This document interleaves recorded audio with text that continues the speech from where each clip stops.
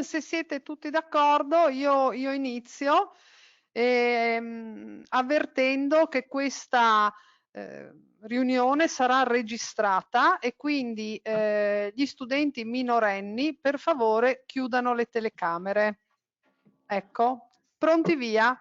Udine Design Week, quinta edizione. Anche con questa edizione Udine Design Week entra nelle scuole, lo ha fatto ogni anno, ma quest'anno è ancora più importante portare aziende, designer, idee e coinvolgere gli studenti, perché la scuola è ferma, però non si ferma, siamo confinati, ma noi oggi sconfiniamo. Oggi usciamo dalla regione e virtualmente facciamo un grande viaggio in Italia dal nord al sud, anzi dal sud al nord, accompagnati dalle persone che nel tempo hanno fondato altre Design Week oltre Udine Design Week. E adesso siamo in rete, queste Design Week che si presentano oggi sono in rete, quindi siamo più forti per far sentire le 1000 voci creative e produttive che vengono da ogni regione, da ogni città. Ecco, io vorrei dire la ricchezza della diversità, lo specchio di un'Italia creativa che pensa in positivo e che in questo periodo di blocco ha investito proprio per essere pronto alla ripartenza. Io voglio ringraziare innanzitutto il Liceo Copernico che ci ospita, che ospita il primo convegno nazionale delle Italian Design Week. E porto anche i saluti dell'assessore alla cultura Fabrizio Cigolot, che è ammalato, come avrete appreso dai giornali, quindi non possiamo altro che fargli gli auguri di pronta guarigione. Ringrazio quindi la dirigente della scuola, la professoressa Marina Bosari, e ringrazio la professoressa Milena De Fontis che ha fatto da ponte tra Udine Design Week e Liceo Scientifico Copernico. Ringrazio Davide Boeri, imprenditore visionario, ci tengo a dirlo, che è il referente di Udine Design Week in Confindustria. Ringrazio Patrizia Scarzella che modererà questo incontro, è architetto e giornalista. E ringrazio naturalmente tutti i miei colleghi delle Design Week che verranno man mano presentati, quindi non vi faccio tutta la lista adesso. E con questo io lascio la parola alla professoressa Marina Bosari. Grazie. Dottoressa, o forse è Marina Bosari, sa che io il suo No, cognome Bosari, giusto Bosari. Bosari, hai indovinato al primo colpo, cosa rara. Buongiorno a tutti, buon pomeriggio, benvenuti. Il Liceo Copernico è davvero lieto di poter ospitare questo evento. Mi ricollego immediatamente a quello che diceva Anna Lombardi, è un'opportunità, è un'occasione, ci sono anche i nostri ragazzi collegati proprio per sentire, vedere, conoscere il territorio, per avvicinarsi ad esperienze di futuro. E questo è anche un momento in cui vedere in prospettiva aiuta, è un momento di emergenza, di limitazioni, ma e abbiamo bisogno di prospettive e di andare oltre. E questo perciò ritengo che sia un momento importante.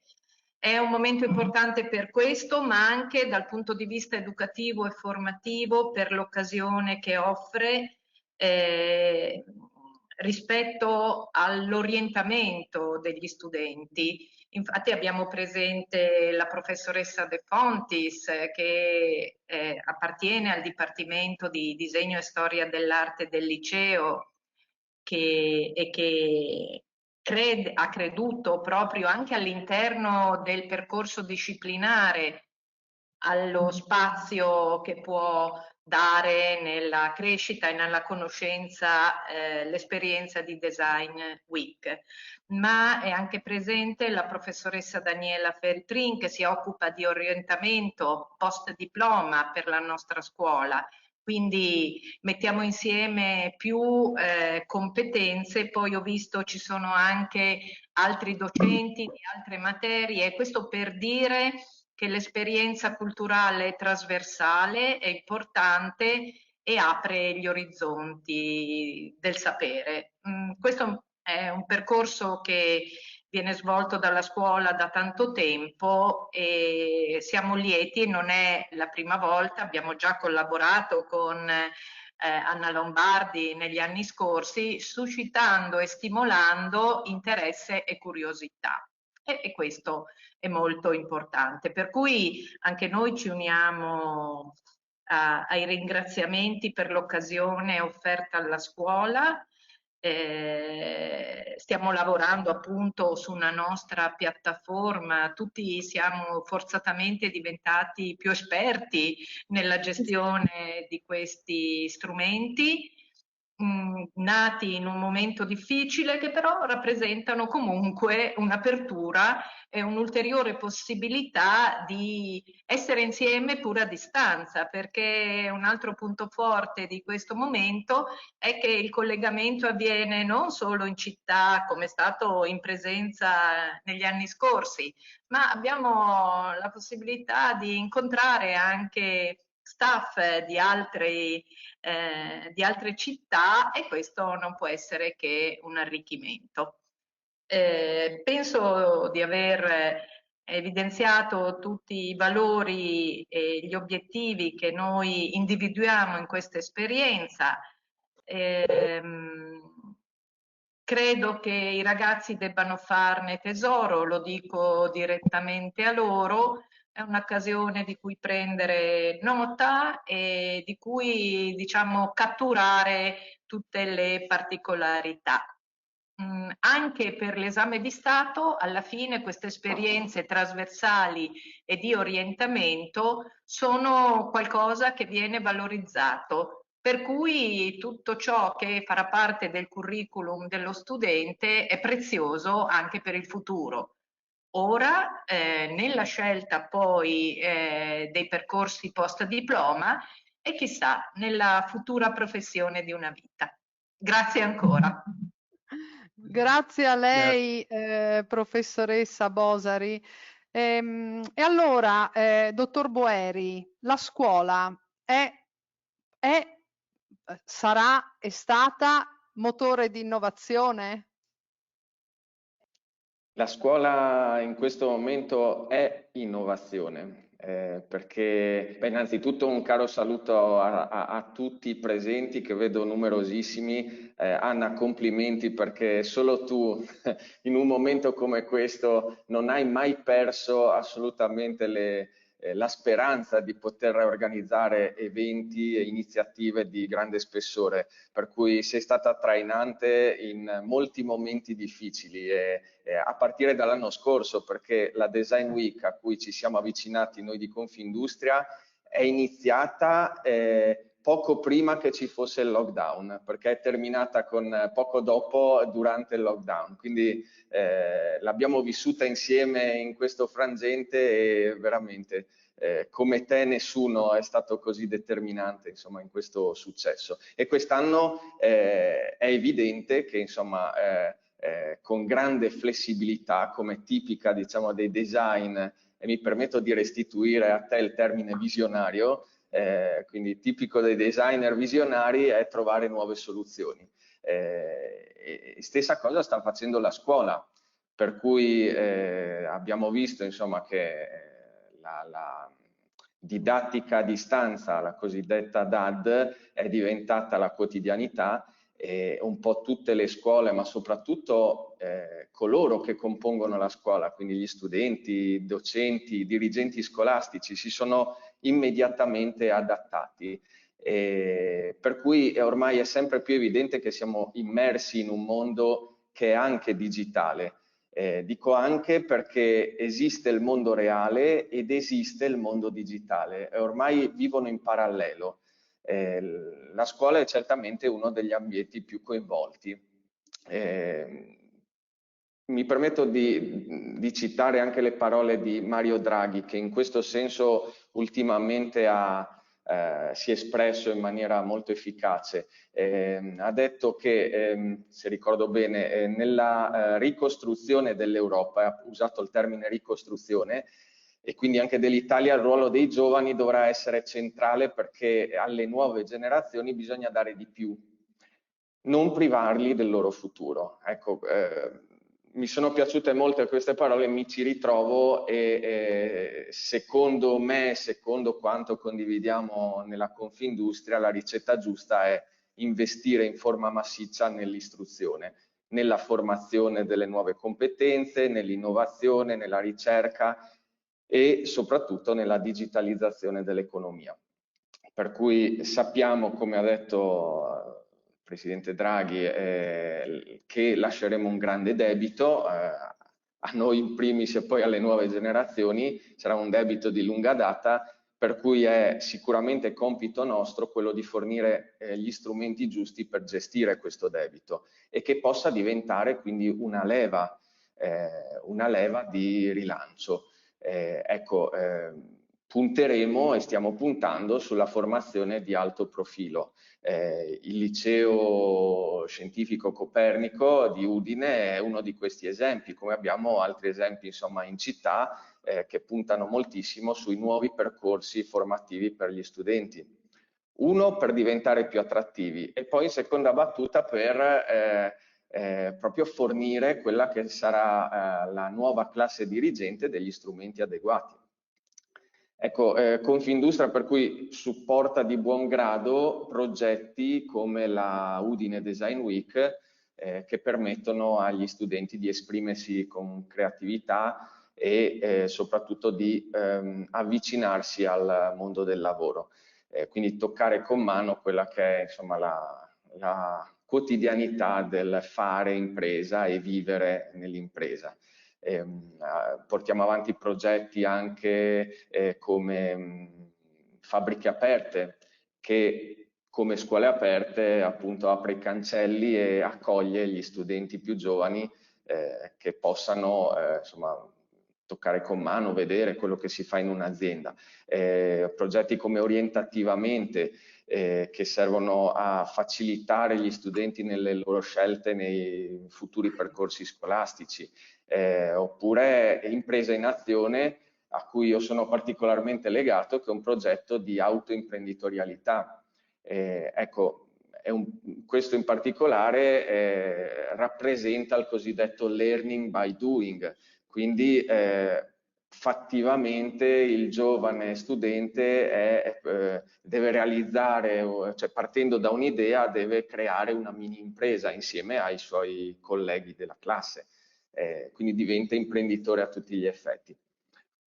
Ecco, dico ancora un paio di cose perché mi preme contestualizzare. Il tessuto economico della nostra economia, come sapete, è fatto di piccole e medie imprese. Molte, direi gran parte, sono solide, strutturate, seppur piccole, però necessitano di attuare il cosiddetto passaggio generazionale, non solo la transizione green e la transizione digitale, per cui questo è proprio terreno fertile per i giovani, c'è molto spazio per loro.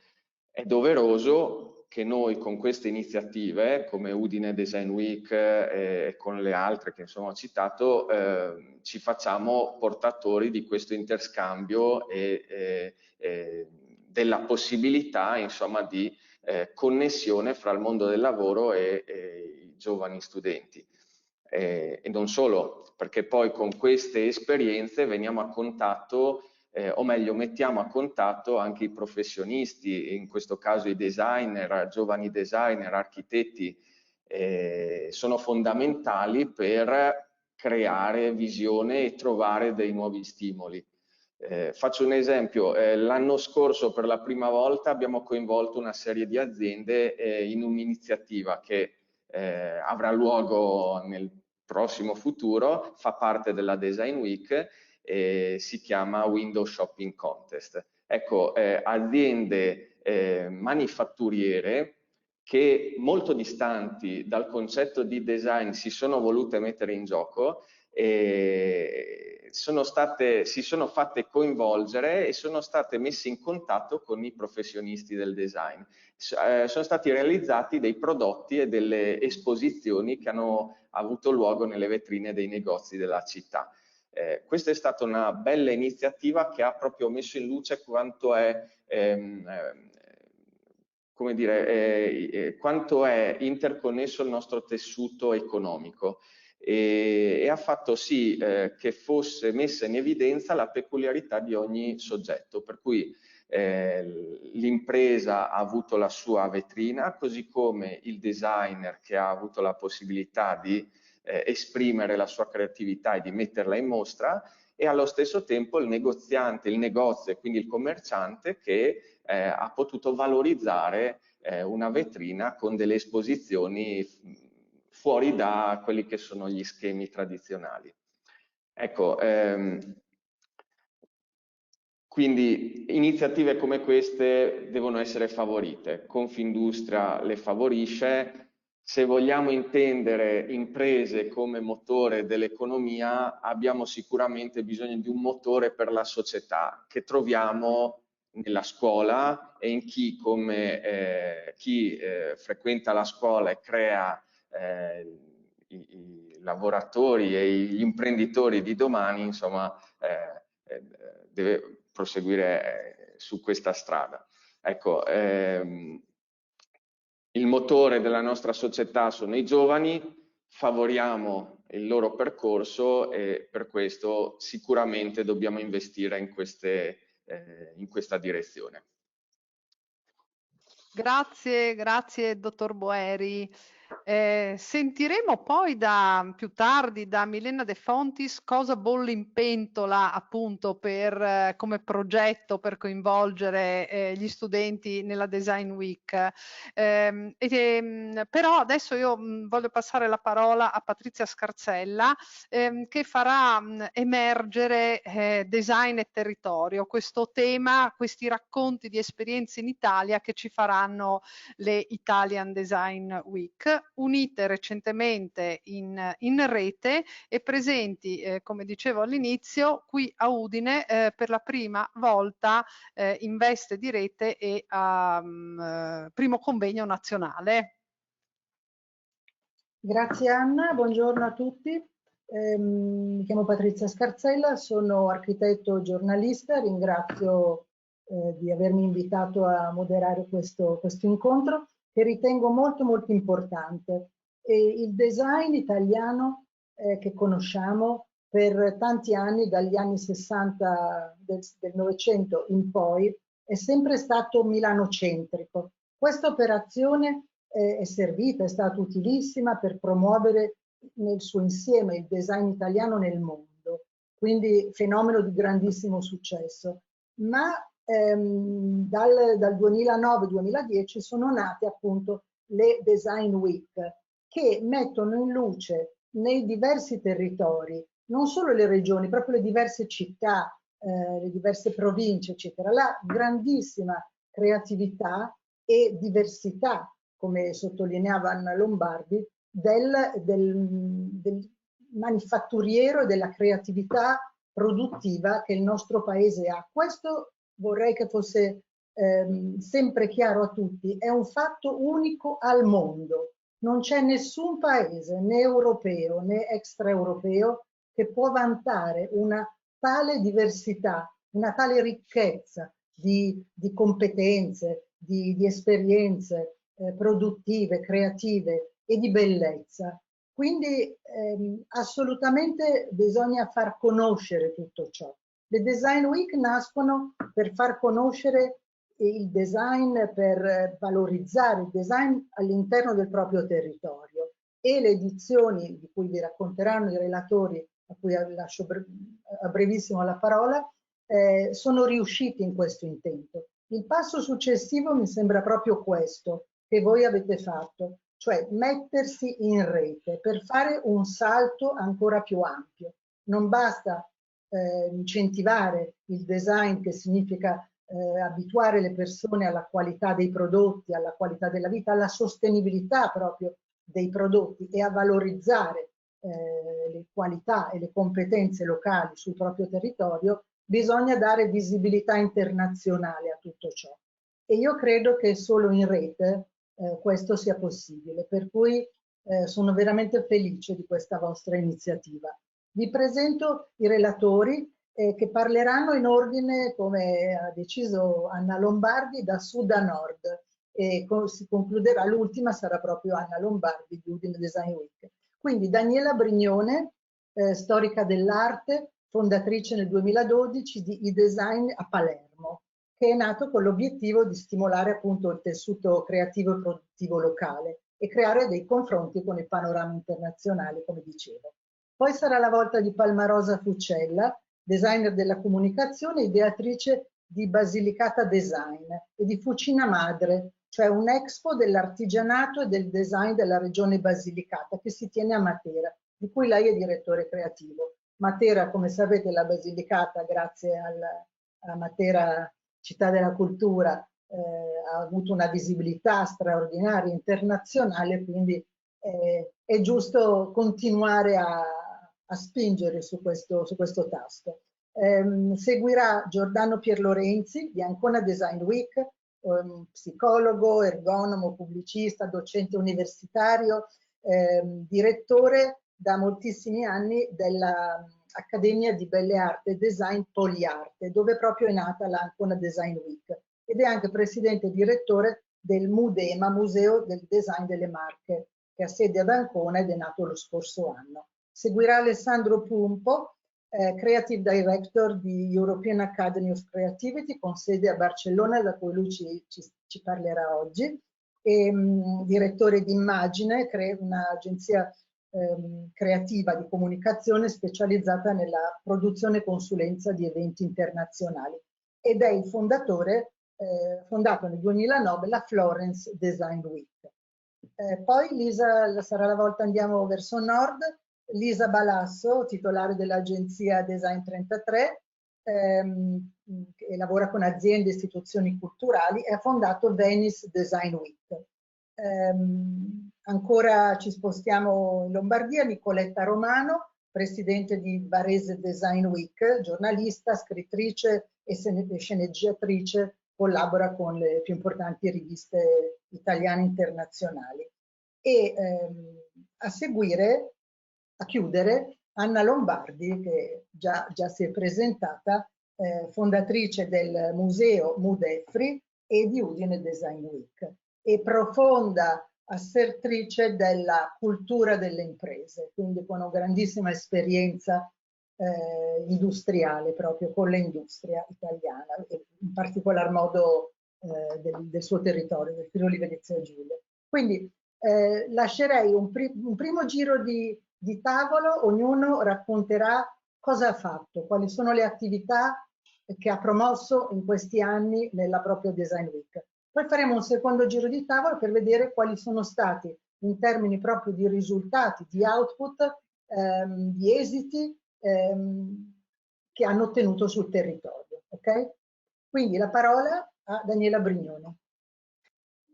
Intanto buonasera e ringrazio Anna per questo invito, per questa splendida occasione, e soprattutto complimenti ad Anna perché è riuscita soprattutto a riunire questo grande gruppo oggi in questa occasione. Dunque io diciamo che la mia Design Week è una Design Week che è nata con tante difficoltà, perché come risaputo al sud non c'è una grande concentrazione di industrie, ci sono tante piccole realtà, qualche grande realtà, ma soprattutto un artigianato di grandissima eccellenza. L'argomento design è stato tirato in ballo in varie occasioni, spesso in concomitanza con iniziative come ad esempio Design Week o delle organizzazioni esempio di mostre sporadiche nel corso degli anni, in un territorio che comunque, questo del sud, ha conosciuto dei momenti di splendore, come ad esempio quello a cavallo tra 800 e 900 con il design storico di Ernesto Basile e tanti altri esempi famosissimi. La manifestazione ha puntato subito, immediatamente, su una grande comunicazione, soprattutto coinvolgendo anche grandi nomi che potessero far da traino non soltanto alla manifestazione, ma anche alle piccole realtà locali, soprattutto attivando quindi delle strategie di marketing e poi di audience development mirate al coinvolgimento di tutti i target. Poco fa il dottor Boeri ha parlato di interconnessioni tra i vari settori nelle vetrine, e questo è quello che noi abbiamo fatto, nel senso che abbiamo creato varie opportunità anche in dei posti insoliti. Questo è uno dei motivi per cui, ad esempio, abbiamo utilizzato delle sedi storiche anche museali, grazie alle collaborazioni con le istituzioni e dei privati, proprio anche per far conoscere dei siti appunto poco disponibili, ecco, normalmente chiusi al pubblico, e li abbiamo fatti diventare appunto teatro di manifestazioni e di mostre. Con le strategie peraltro di audience development ci siamo concentrati principalmente sui giovani, di cui il dottor Boeri parlava, quindi il motore della società. In questo modo noi abbiamo creato anche un comitato di giovani che hanno lavorato e lavorano quindi alla progettazione, ma soprattutto ci chiedono di lavorare al fianco di designer, per esempio per gli allestimenti, ma la cosa fondamentale è il fatto che i giovani ci aiutano nel coinvolgimento dei colleghi, perché come sappiamo questo target è abbastanza difficile da coinvolgere, soprattutto attirarli all'interno degli eventi.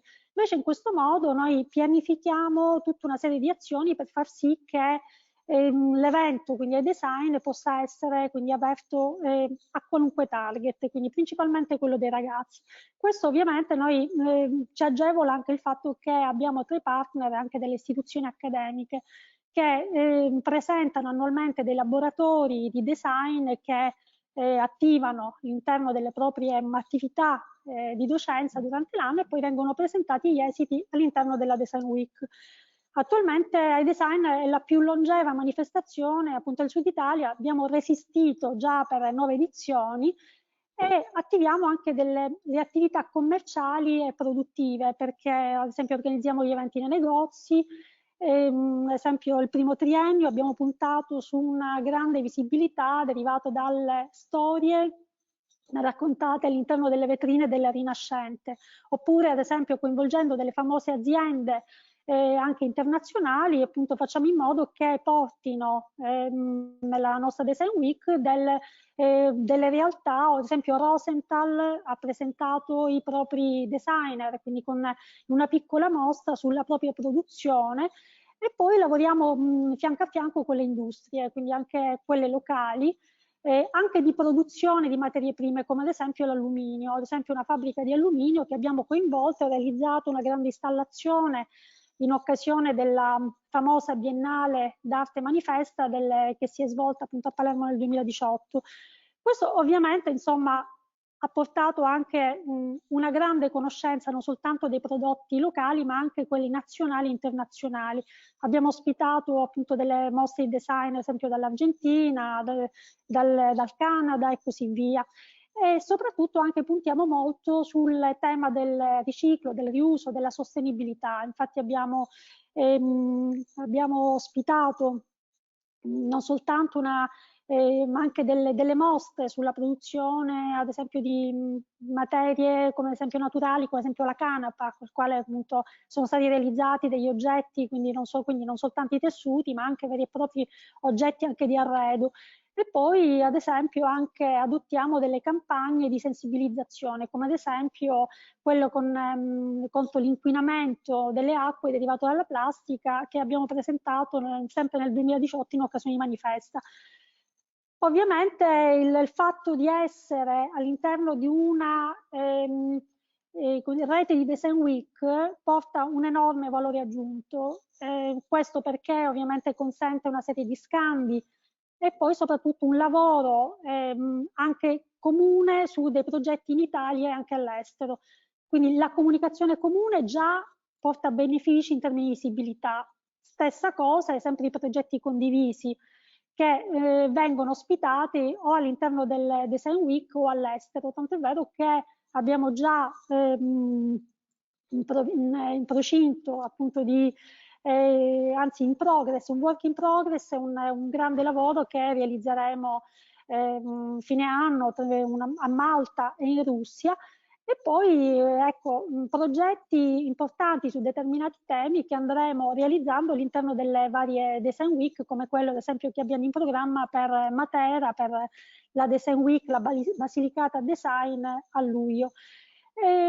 Anche, secondo me, un altro aspetto importante è il fatto che ospitarci l'una nell'altra Design Week ovviamente porta anche quindi un valore aggiunto, perché si consente in questo modo anche un confronto, le nostre attività, il nostro modo di farci conoscere, e questo può soltanto costituire un'occasione di crescita. Quindi tanti sono i progetti di cui parleranno anche i colleghi, e quindi rimanete sintonizzati. So che abbiamo pochissimo tempo e quindi direi che a questo punto... Daniela. Quello che va sottolineato anche è che tutte le vostre iniziative nelle rispettive Design Week hanno comunque dei contenuti e si basano su dei valori comuni. Lei ne ha citato alcuni: la sostenibilità, diffondere appunto il design come disciplina non riservata a pochi ma allargata, perché si basa proprio su dei contenuti forti, l'uso di prodotti duraturi, l'uso di prodotti di qualità, cioè ci sono quindi in comune molti fattori che vi unificano, cioè non è semplicemente un'unione di Design Week diverse che fanno sinergia tra loro, ma che hanno proprio alla base dei valori fondanti comuni. Darei la parola a Palmarosa Fucella. Daniela Brignoni ha citato appunto un'iniziativa in comune con Basilicata Design, e Palmarosa Fucella ci racconterà cos'è la Design Week in Basilicata. Grazie Patrizia, grazie ad Anna per questa meravigliosa opportunità che ci dà oggi, perché ritrovarsi insieme sembra quasi un'ideale ripartenza del nostro paese, che parte proprio attraverso il design, e questo è un bellissimo segnale, credo, per tutti, perché ne abbiamo davvero bisogno. E Basilicata Design nasce sul territorio, nasce come una realtà associativa di designer, di operatori di questo settore, di imprese, anche di associazioni, diciamo di tutta una serie di portatori di interesse che intorno a questo tema, il tema del design e dell'artigianato, che anche per noi in Basilicata rappresenta una costola molto importante del settore produttivo, diventa un'occasione strategica importantissima, perché significa poter mettere al centro dell'attenzione questo comparto che un po' possiamo definire creative driven complessivamente, e che per noi risulta davvero importantissimo, perché abbiamo una necessità di creare rete all'interno della nostra regione e rete all'esterno. Quindi Basilicata Design crea rete all'interno e allo stesso tempo si collega a tutte le realtà nazionali che lavorano poi tutte nella stessa direzione, cioè nell'idea di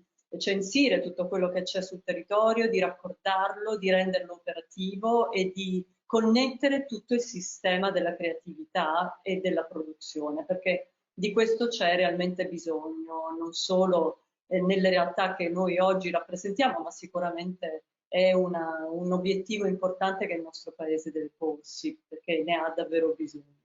E nello stesso tempo questo nucleo di persone che lavorano insieme sono l'anima di una iniziativa importantissima che si chiama Fucina Madre, che è nata nel 2018 in preparazione del 2019, proprio dell'anno di Matera, Capitale Europea della Cultura, che è un progetto che lavora su artigianato e design della Basilicata, ma che sostanzialmente lo fa in una prospettiva non solo collegata ad un evento che sarà l'evento di luglio, dove ne parlerò a breve, saremo un po' tutti coinvolti, ma è anche un progetto che riguarda complessivamente il sistema della produzione e il sistema dell'artigianato e del design, che vengono visti anche in una chiave nuova, quasi come motore di destinazione anche turistica, non solo culturale e non solo nell'ottica dell'impresa.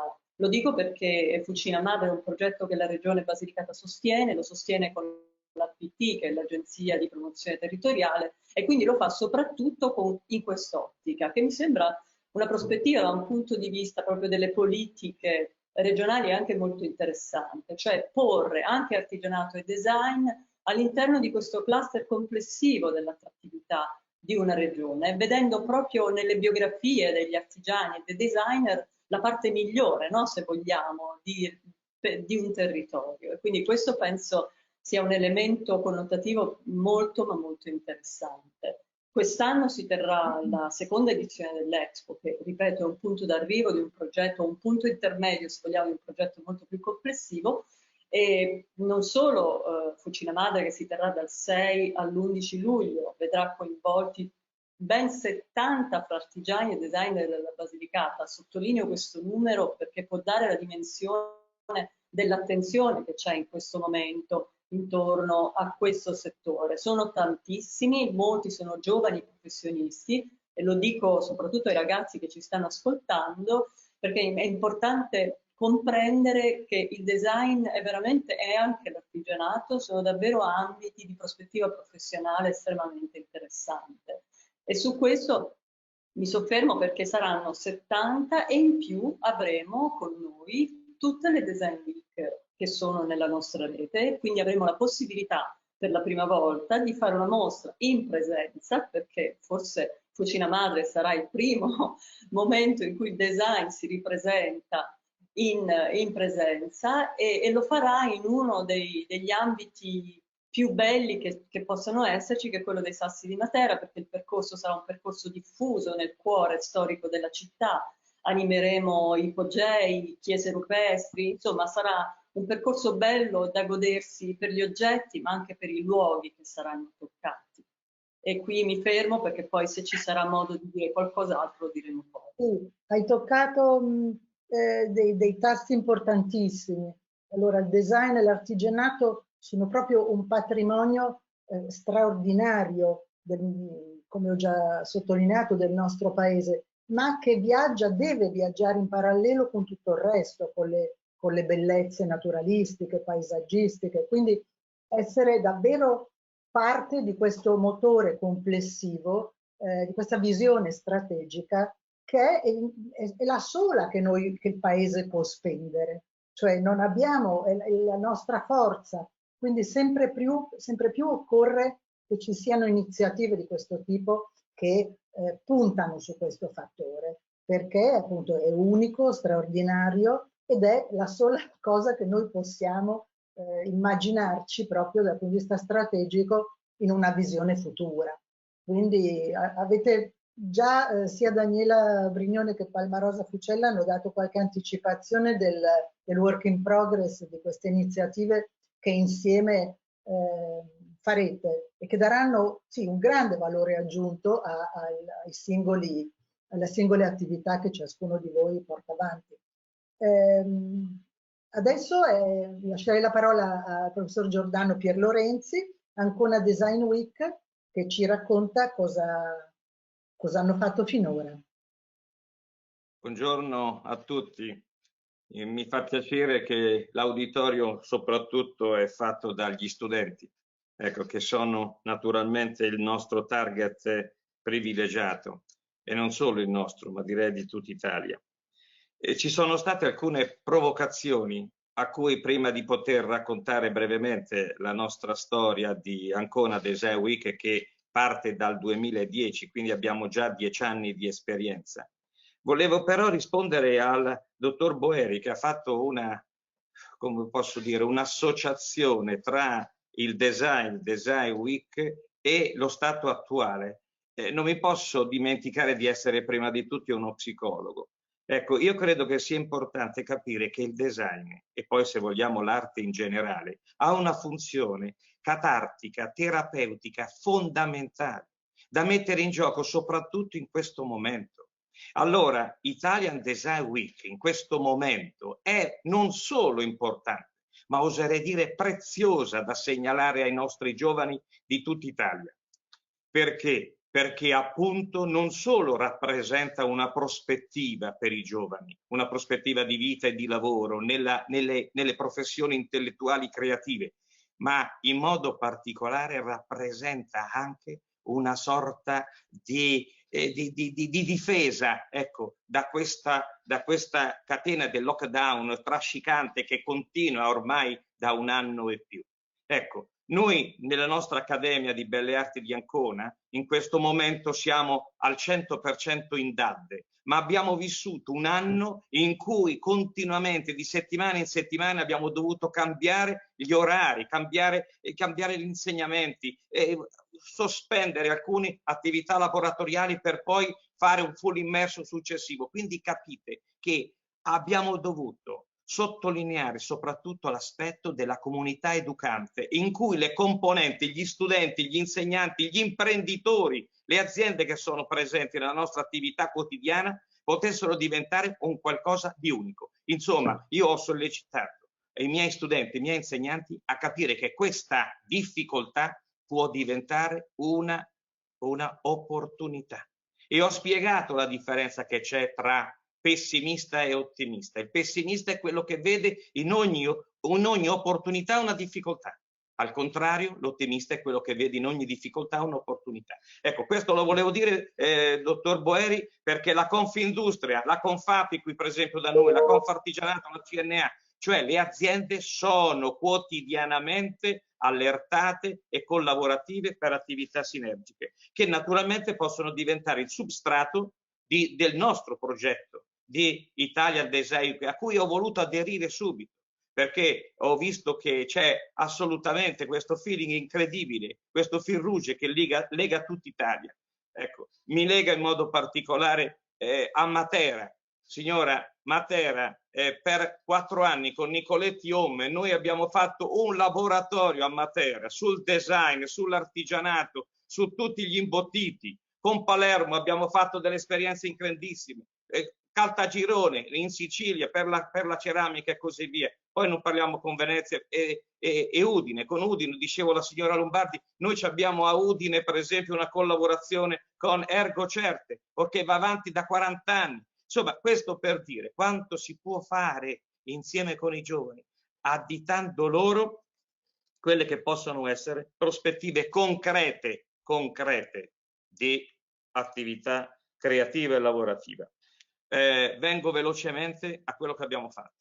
Dal 2010 abbiamo lanciato Ancona Design Week, poi successivamente è nato Marche Design Week che abbiamo portato un po' in varie contrade, e la cosa che a me interessa è far capire che questi contenitori sono stati intrecciati attraverso un design territoriale, alla scoperta attraverso il design, attraverso il canone del design, attraverso le tecniche del design, attraverso la cultura del design, attraverso la storia del design, coniugare il design con le tipicità dei territori. Noi abbiamo qui un territorio ricchissimo di piccole e medie imprese. Noi abbiamo il settore della carta cartacea, faccio alcuni esempi, a Fabriano, il gioiello a Civitanova Marche, la calzatura e l'abbigliamento a Fermo, e a Pesaro il legno e il mobile. Ancona è il quarto distretto della nautica di lusso. Qui da noi facciamo degli yacht di 40-50 metri. L'1, il 2 e il 3, sfidando il lockdown, i miei studenti del corso di fashion design hanno realizzato una sfilata di moda. Pensate, anziché farla in un'unica serata, l'abbiamo dovuto fare per motivi di contingentamento in 3 serate, e l'abbiamo fatto dentro a uno yacht in costruzione. È una cosa incredibile, è venuta fuori una cosa per i nostri studenti, i nostri imprenditori, incredibile. Ecco, quindi Ancona Design Week è diventato un punto di riferimento, e io naturalmente coinvolgo tutte le scuole, primo fra tutti il liceo artistico di Ancona, di Iesi e Fabriano, che è diventato un unico polo, ma anche i corsi di moda, di grafica, eccetera, eccetera. Chi mi ha preceduto ha parlato di Italia Design Week come occasione di scambi. Io aggiungo di sinergie, è un moltiplicatore di eventi che possiamo fare su tutto il territorio dell'Italia per far capire che il design è unificatore e moltiplicatore della nostra italianità all'estero. E poi chiaramente l'internazionalizzazione. Noi abbiamo fatto proprio negli ultimi 3 anni un gemellaggio con 2 università di San Paolo del Brasile per il fashion, con Leopoli, con dell'Ucraina per l'interior design, con l'Accademia di Nuova Delhi stiamo portando avanti ormai da 3 anni un'attività che riguarda sia l'interior che l'industrial design. Insomma, stiamo aprendo un discorso con l'oltre Adriatico, con la Croazia, con l'Albania. Ecco, e a questo riguardo ricordo che nel 2014 è partita la Biennale dei giovani designer della macro regione Adriatico-Ionica, che è la 4ª macro regione dell'Unione Europea e che unisce le 8 nazioni che sono nell'Adriatico, fra cui, fra l'altro, mi pare che ci sia uno sbocco anche del Friuli, se non vado errato, ecco, sul mare Adriatico. Quindi, insomma, lega il Friuli, Veneto, naturalmente Emilia-Romagna, Marche, Abruzzo, Molise e Puglia. Quindi tutte queste regioni possono essere ulteriori attori che possono collaborare per l'Italian Design Week. Io credo, e concludendo, che sia importante far capire ai nostri giovani che il design è una coinè, è un linguaggio comune attraverso cui far capire che chi studia, ricerca, progetta e poi produce oggetti devono fare in modo che questi oggetti siano, come dicevano i nostri grandi studiosi, Gillo Dorfles, tanto per fare qualche nome, e Bruno Munari, ecco, siano non solo oggetti belli e utili, ma anche sani. E a questo riguardo faccio presente che da 50 anni l'Accademia di Belle Arti e Design di Ancona, la Poliarte di Ancona, porta avanti un design dell'artigianato, ma soprattutto il design ergonomico, cioè l'ergonomia è quell'interdisciplina che fa in modo che l'uomo, la macchina, l'oggetto e l'ambiente possano essere correlati attraverso un sistema omeostatico. Questo noi insegniamo ai nostri studenti, perché debbono diventare non solo designer, ma designer ergonomici, che pensano quindi alla salute, al benessere e al bellessere, come dice il mio maestro Enzo Spaltro, al bellessere delle persone. Grazie. Grazie, ha detto cose molto molto interessanti che condivido pienamente e questo bellessere finale ci piace molto.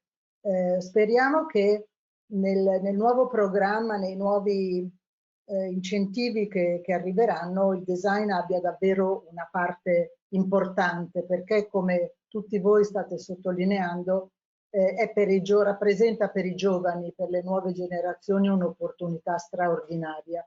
Ce lo auguriamo proprio tutti. Lascerei la parola adesso ad Alessandro Pumpo di Florence Design Week. Buongiorno. Sì, salve a tutti. Vorrei ringraziare intanto sempre Anna e tutti gli attori di questa giornata, ma anche insomma tutte le Design Week, che tra l'altro è oltre un anno che ci confrontiamo e che abbiamo creato questa rete insieme. Siamo davvero entusiasti di tutti i risultati che raggiunti fino ad ora, anche con il sito internet italiandesignweeks.europa, ma anche fino, diciamo, ai prossimi progetti in cantiere che poi man mano sveleranno un po' anche i nostri colleghi. Quindi grazie di nuovo. Io sono Alessandro Pumpo, sono collegato da Barcellona in questo momento, non da Firenze, e gestisco l'European Academy of Creativity, un'accademia legata ai progetti Erasmus Plus, nel marco della mobilità internazionale europea. E principalmente dal 2009 abbiamo creato uno studio associato, io e dei partner di Firenze, dove abbiamo avuto un'intuizione che era quella di creare appunto un'alternativa, se vogliamo, a Milano, al Salone del Mobile, eccetera, ma comunque di creare qualcosa che era in linea con diciamo la creatività e l'espressione della cultura del progetto. Florence Design Week negli anni, non posso dilungarmi tantissimo, anche perché un paio di minuti, quindi principalmente sarò brevissimo. Molte cose le potete trovare sul nostro sito internet florencedesignweek.com o su Google digitando Florence Design Week. Dal 2009 abbiamo avuto tantissimi progetti, non posso spiegarli tutti per ovvie ragioni. Vi parlerò principalmente di quello che abbiamo fatto e dove stiamo andando. Fino ad oggi abbiamo creato chiaramente un progetto che è una serie di percorsi in città, Firenze, capitale protetta dal World Heritage, dall'UNESCO, e quindi diciamo il centro storico valorizzato attraverso diciamo le location storiche rinascimentali, ma anche dei palazzi, hotel e quindi negozi, quindi questo percorso di artigiani e designers all'interno della mappatura. Però principalmente diciamo questo erano i primi anni, diciamo dal 2014 in poi abbiamo aperto principalmente a un progetto appunto di internazionalizzazione in due modi. Firenze, che ospita una volta all'anno, nei giorni più belli dell'anno, a Firenze dei padiglioni internazionali. Siamo stati i primi a creare il padiglione russo, del Russian Design Pavilion, nel 2013 con Ferragamo, e poi chiaramente abbiamo creato altri format, altri design pavilion, così, e anche il format sulle città, diciamo, sulle città creative. C'è qualcuno al telefono, credo? Sento una voce di rimbalzo. E principalmente niente, quindi Firenze che ospita il mondo, Firenze che va nel mondo. D'estate, nei giorni più belli dell'anno, padiglioni internazionali a Firenze, e d'inverno noi dal 2014 andiamo all'estero, Asia, America, Sud America, Europa. Abbiamo creato delle partnership o comunque abbiamo partecipato come produzione appunto di alcuni eventi dedicati al padiglione Design Week, Florence Design Week, che si sposta all'estero ogni anno, quindi partecipazione e internazionalizzazione del progetto Firenze. Firenze intesa come appunto artigiani in rete, artigiani che chiaramente hanno voglia di internazionalizzarsi, quindi di portare il loro prodotto all'estero, B2B, business to business, attività business to business ed esposizione al pubblico chiaramente, no? In questo format. Questa è un po' l'idea, diciamo, la Design Week di quello che è stato dal 2014 in poi, quindi diciamo Florence Design Week che ospita a Firenze, ma anche Florence Design Week che va all'estero. L'altro punto essenziale che volevo sottolineare è che principalmente quello che diciamo, la visione che abbiamo e diciamo, la concretezza negli ultimi anni, a parte l'anno scorso che purtroppo abbiamo avuto uno stop incredibile, ma abbiamo iniziato nel 2019, sono diciamo, il design inteso come non solo l'artigianato, ma chiaramente aperto ad altre categorie, principalmente alla tecnologia e all'educazione, quindi l'EduTech. Facciamo attività legate ai giovani, chiaramente nell'ottica delle scuole appunto dello STEM, Science, Technology, Engineering, Arts e Mathematics, che è quindi scienza, tecnologia, ingegneria, arte e matematica, questa nuova diciamo cultura dell'innovazione nel sistema educativo che parliamo appunto di linee STEM che riguardano il design, il makerspace, i makers, no? Quindi gli artigiani che diventano makers, ma anche e principalmente l'attività legata diciamo, al design per il sociale, legato al mondo dell'economia circolare, quindi alla creare, quindi la creatività, creare degli ambienti, non solo l'ecologia, diciamo, intesa come la green economy, ma anche creare degli ambienti, diciamo, nuovi, se vogliamo, no? Quindi legati al benessere, quindi della persona o di chi designa gli spazi o progetti, eccetera, eccetera. Quindi diciamo il sociale anche inteso, abbiamo collaborato con imprese fiorentine che principalmente danno vita a progetti legati all'integrazione di nuove culture come l'immigrazione o persone con svantaggi, quindi l'inclusione sociale all'interno del design, no? Quindi quello molto importante, tema molto importante per noi, molto a cuore anche per i prossimi anni a venire. E il design inteso come appunto non solo, come dicevamo prima, l'artigianato, ma quindi l'internazionalizzazione dell'artigianato, ma il design come strumento educativo e anche tecnologico. Quindi parliamo di graphic design, parliamo di web design, quindi le nuove professioni per i giovani, no? Quindi parlavamo prima di STEM, scienza, tecnologia, ingegneria, arte e matematica, unite attraverso il makerspace, e quindi nei progetti educativi, diciamo, questa è un po' la direzione. Abbiamo fatto anche tantissime attività legate all'architettura anche, no? Quindi abbiamo fatto dei convegni legati dal nome Chromo Sapiens all'evoluzione del colore nell'architettura e nel design nel 2013, 14 e 15. Avete fatto diciamo una panoramica proprio a 360 gradi su tutte le discipline che il design comprende. Sì, diciamo Firenze ha ospitato i format di diversi partner internazionali e quindi principalmente ci siamo sempre adattati alle nuove tendenze, se vogliamo, no? Al futuro. Principalmente oggi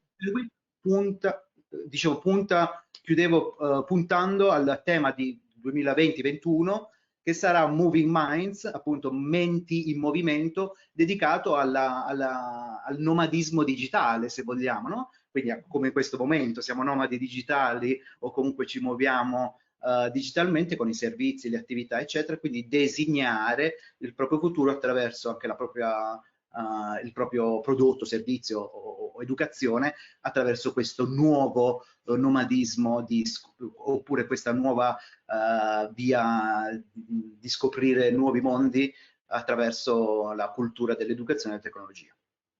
Grazie. Direi appunto che è importante che i giovani, i ragazzi, gli studenti abbiano questa chiara la visione che il design va molto molto al di là del prodotto, del disegnare, pensare a nuovi prodotti, ma apre davvero degli scenari enormi. Il design per il sociale, per questo aspetto dell'economia circolare, ci conduce e offre moltissime possibilità professionali. Quindi credo che sia proprio necessario spingere i giovani ad approfondire queste tematiche, perché possono essere davvero delle opportunità per il prossimo futuro, per loro, opportunità lavorative straordinarie. Interessante, direi, prima di passare la parola a Lisa Balasso di Venezia, anche capire nelle città d'arte, appunto come Firenze, come Venezia, come il design si inserisce, perché l'aspetto di città d'arte così forte, così prevalente dal punto di vista della comunicazione, sembra rendere più faticoso, no, l'introduzione di una nuova tematica come il design. Lisa, ci vuoi parlare anche di questo? Sì. Allora, io comincerei a rispondere alla domanda perché riassumere gli 11 anni di attività è un po' difficile, quindi noi siamo partiti nel 2010, però da subito, nel momento in cui abbiamo cominciato a ragionare con alcuni direttori di museo, ci siamo resi conto che in contesti dove abbiamo delle collezioni importanti che vengono presentate, spesso l'accostamento con il design poteva essere interessante e creare nuove chiavi di lettura. Quindi riuscivamo a creare delle visite guidate che permettevano sia di conoscere il palazzo e allo stesso tempo capire come il design può ancora dialogare con l'antico. E questo era uno dei tanti percorsi che abbiamo creato negli anni. Una cosa di cui andiamo orgogliosi qui a Venezia è il fatto che ogni anno riusciamo a creare questi percorsi tra innovazione e artigianato storico. È un artigianato che è di lusso, eccetera. E riusciamo a far scoprire, a far dialogare designer contemporanei, un pubblico contemporaneo con designer che hanno alle spalle una forte tradizione e hanno la necessità di rinnovarsi.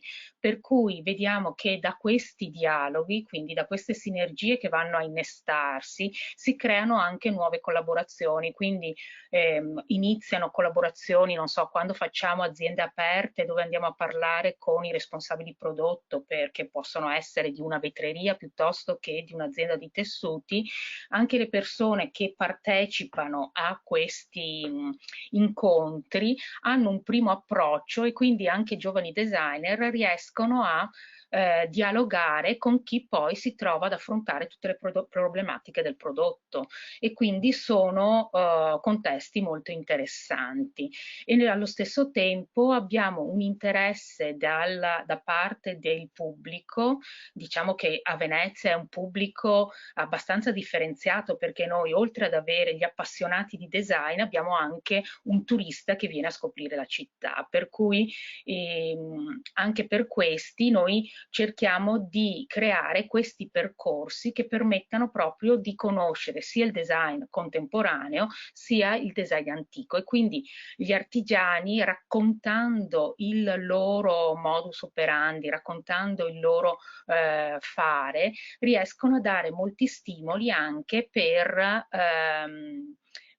la creatività contemporanea, e quindi nascono sinergie, nascono nuovi progetti.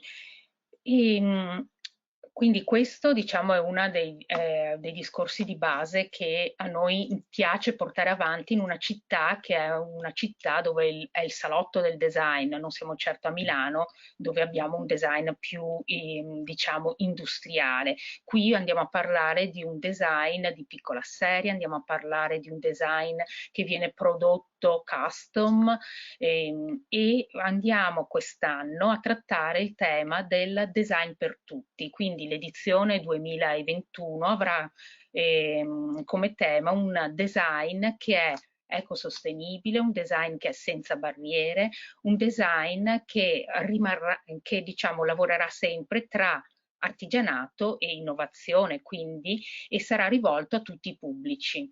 E questo sarà una delle sfide, e stiamo ora selezionando aziende, produttori e nello stesso tempo designer e creativi per farli dialogare all'interno di questa manifestazione.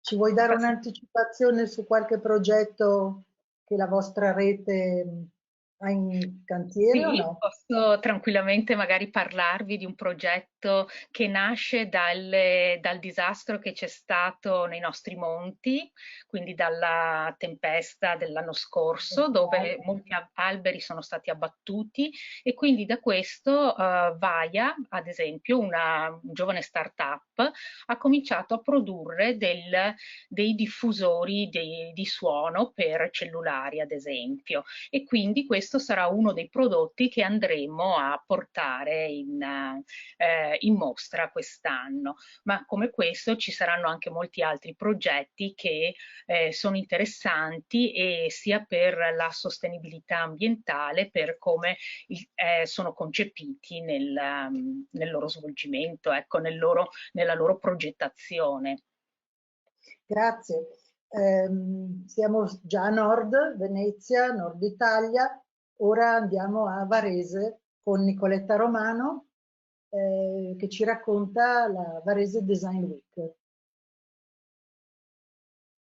Eccoci, buongiorno, buongiorno. Ho sentito delle cose interessantissime e adesso vi parlo della nostra, che ormai è arrivata, l'anno scorso è stata la 5ª edizione, questa sarà la 6ª, ed è partita, diciamo che è stata una grossa sfida, a parer mio, perché noi siamo a 40 km da Milano, che è la mecca del design.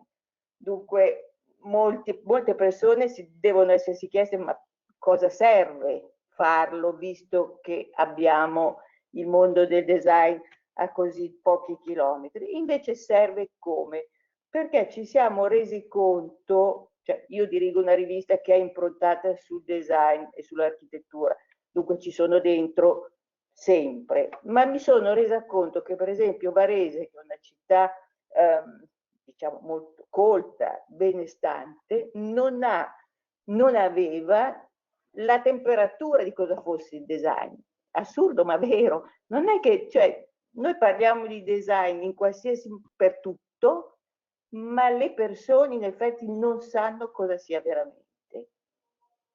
Dunque noi siamo partite da questa idea per proprio sdoganare questa idea di design che sembrava una cosa anche abbastanza inaccessibile, e l'abbiamo diciamo diffusa nella città, anche per confrontare commercio, e design e industria, nel senso che abbiamo dato una certa vivacità a una città che era abbastanza, diciamo, molto borghese ma molto morta, e abbiamo contribuito a renderla molto più frizzante, condividendo il tutto tra i negozi, tra gli architetti, tra i designer. Abbiamo puntato subito, devo dire, molto alto, nel senso che uno dei nostri obiettivi più importanti sono i giovani. Noi vogliamo spingere i giovani, assolutamente, sempre di più.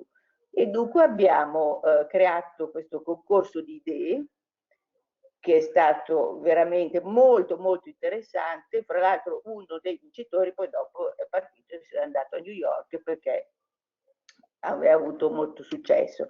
Detto questo, il primo, che era sulla panchina, visto che Varese è denominata città giardino d'Italia, dunque era perfettamente centrata. Le due panchine vincitrici noi le abbiamo poi omaggiate, regalate al comune di Varese. Dunque le nostre panchine adesso campeggiano in uno dei posti più frequentati della città, nel senso che la nostra presenza la toccate con mano, e lo trovo che questa sia una cosa molto interessante. Credo poi che noi non abbiamo mai ignorato Design for All, l'abbiamo sempre applicato, sempre, in ogni nostra, ed è stata una cosa molto apprezzata, e ora sempre di più ci occupiamo anche dell'economia circolare.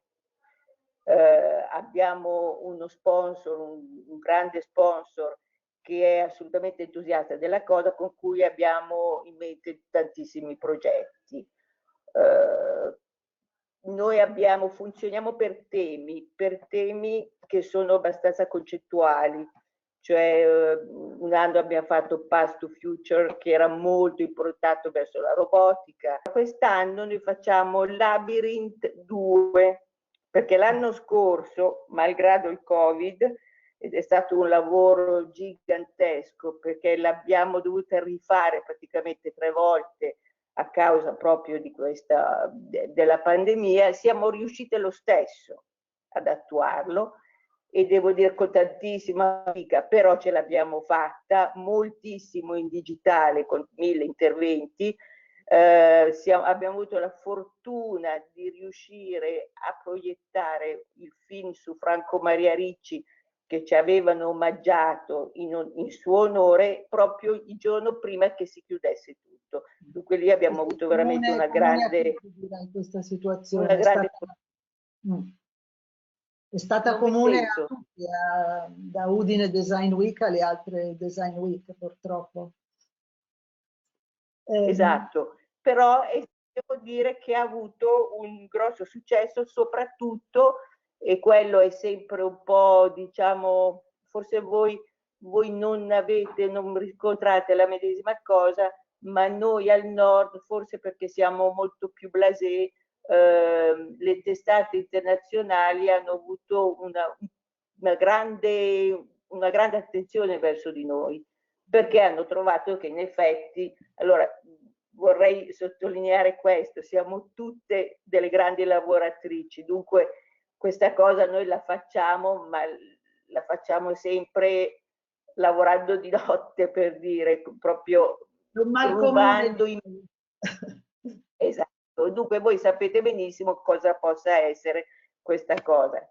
La prossima sarà dal 23 settembre al 26 settembre, Labyrinth 2, e sarà particolarmente improntata sulle installazioni. Noi riempiremo la città di installazioni, come del resto stiamo già facendo dalle altre edizioni. Ecco. Grazie, la ringrazio, così facciamo un secondo giro poi veloce di tavolo. Anna, a te la conclusione di questo primo giro. Io mi sentirei di collegarmi a tutte le Design Week, perché tutte quante hanno detto qualcosa in cui io mi rispecchiavo. L'anno scorso era tutta sostenibilità. Abbiamo fatto robe pazzesche. Vedrete il video che abbiamo prodotto sull'edizione del 2020, tutta su artificiale, naturale, naturale, artificiale, rapporto tra uomo e tecnologia. Quest'anno è semplicità complesse, che la dice tutta, no? La dice tutta sul periodo che stiamo vivendo, sul periodo che abbiamo vissuto, sul bisogno assoluto che abbiamo di semplificare.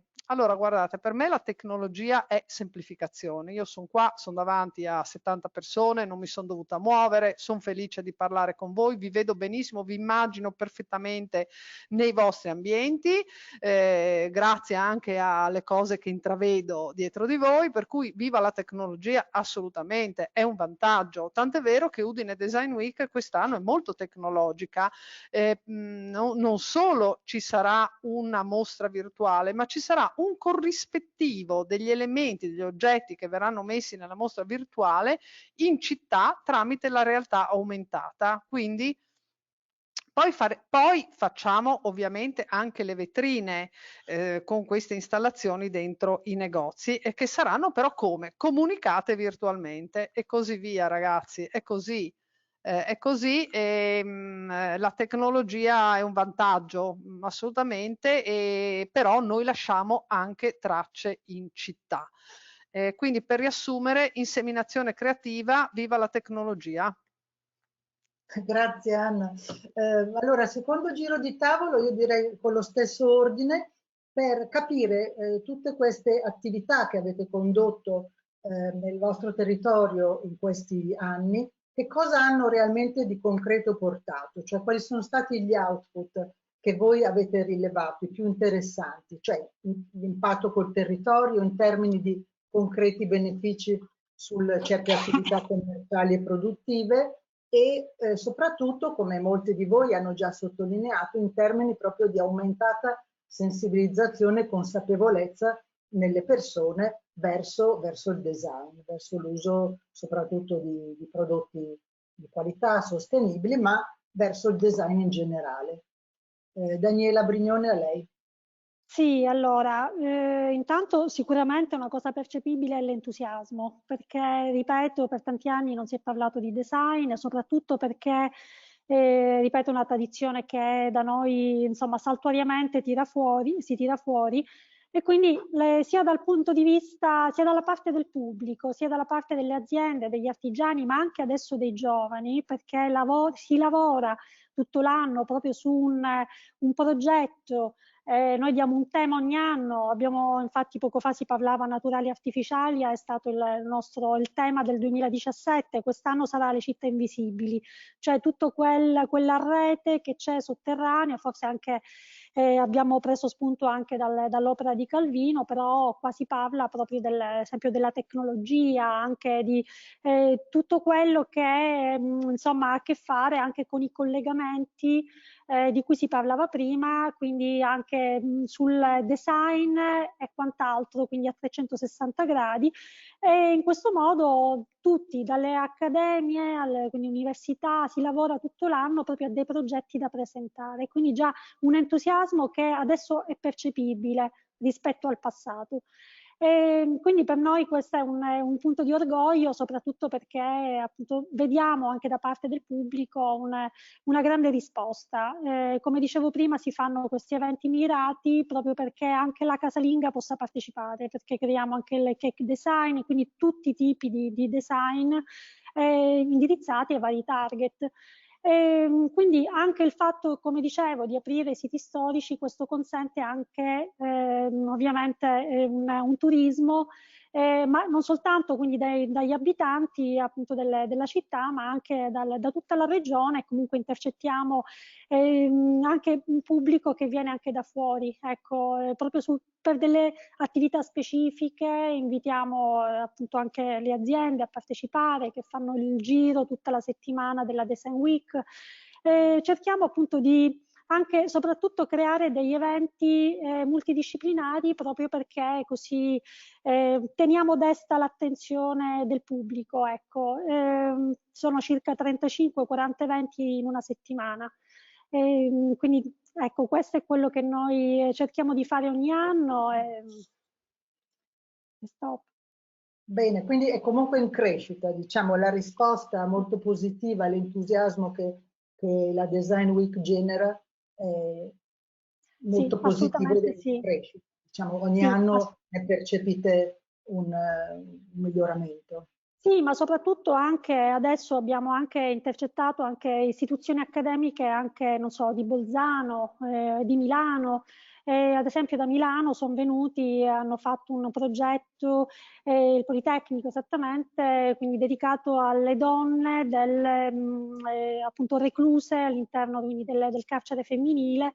E poi è stato presentato, quindi sono anche dei progetti sociali, ecco, che riusciamo a fare con le altre realtà, ma anche istituzioni delle altre regioni, come ad esempio il Piemonte. Noi abbiamo iniziato proprio con una mostra Design per abitare dedicata a un caso studio torinese, l'abbiamo sviscerato a 360 gradi partendo da Mollino.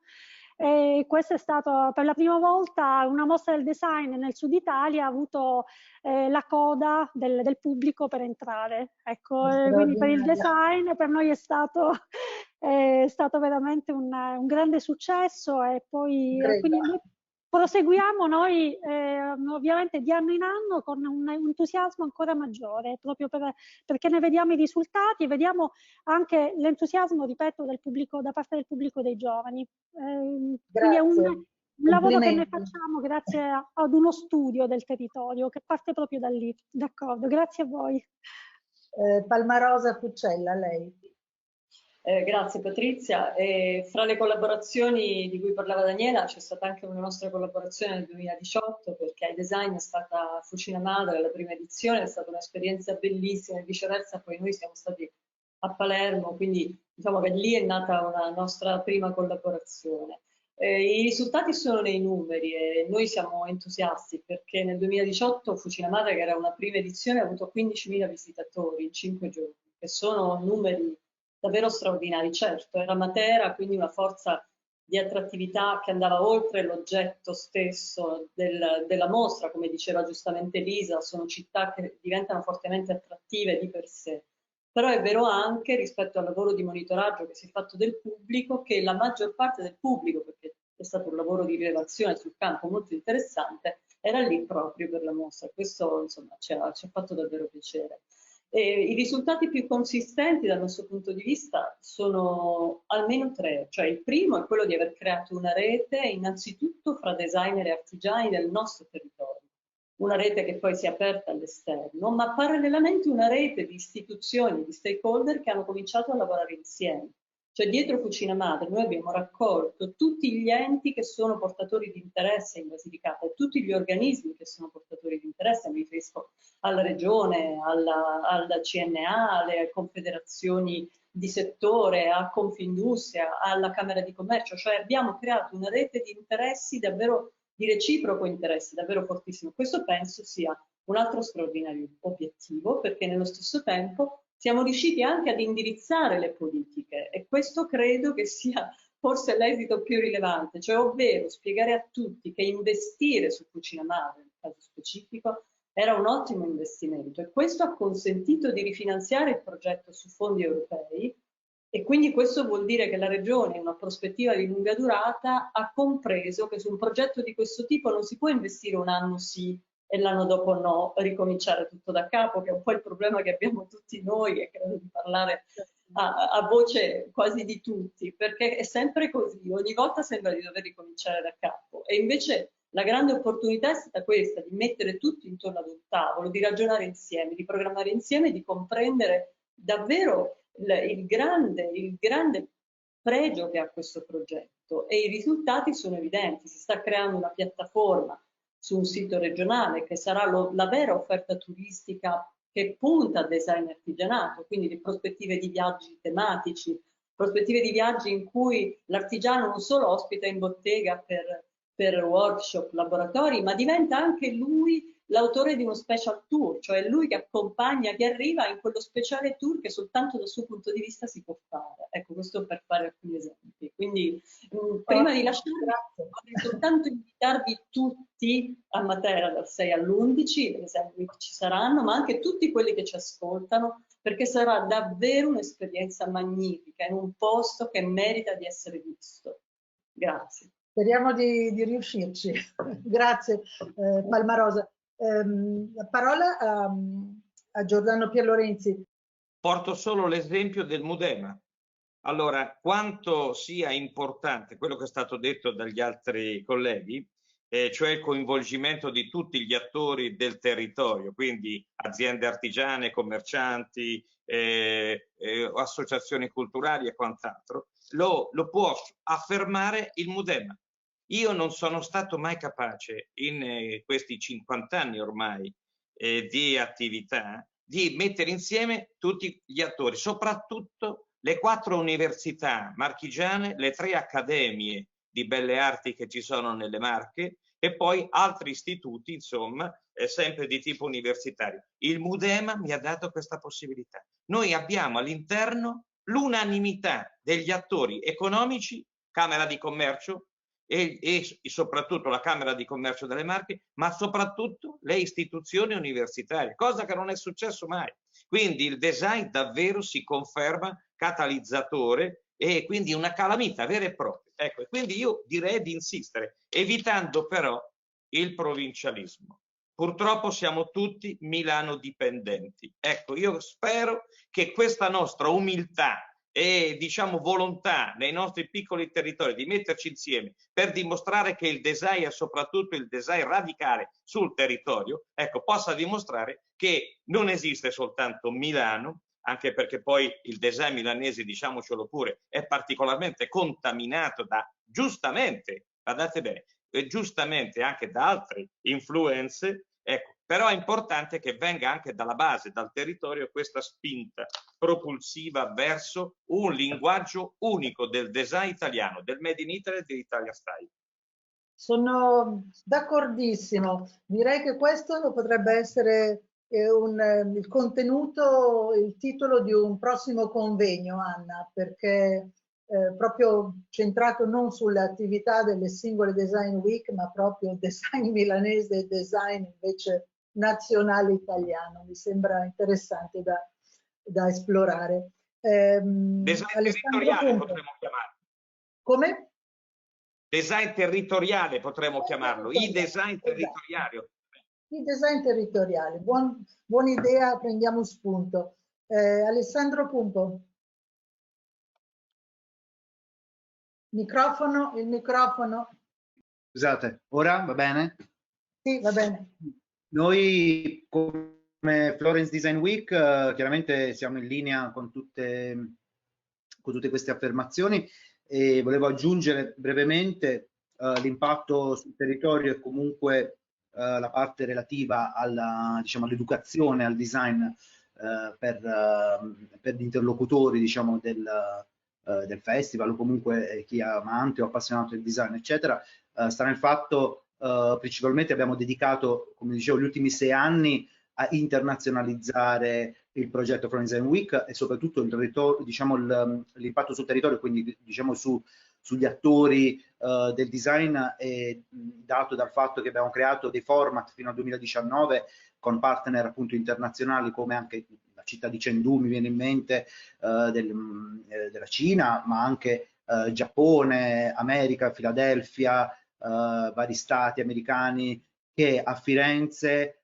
sono venuti a fare dei B2B, quindi veri e propri business to business matchmaking, dove praticamente la domanda incontrava l'offerta, quindi diciamo proprio un'attività legata al business, no? alle esigenze degli artigiani o comunque degli orafi fiorentini, faccio degli esempi, fino ad arrivare all'offerta, quindi diciamo legata poi appunto a internazionalizzare il prodotto, quindi venderlo poi all'estero, comunque fare delle partnership, fare delle esclusive, firmare delle licenze e quant'altro, quindi delle conferenze al lato dell'esposizione fine a se stessa, quindi diciamo un'attività un po' più dinamica in questo senso. E noi durante l'anno, ripeto, l'impatto sul territorio è portare all'estero questi artigiani, queste esperienze, il Made in Florence o Made in Tuscany in questo caso, quindi selezionare delle aziende per fare il nostro padiglione poi, no? Sempre in Asia, in America, in Sud America, eccetera,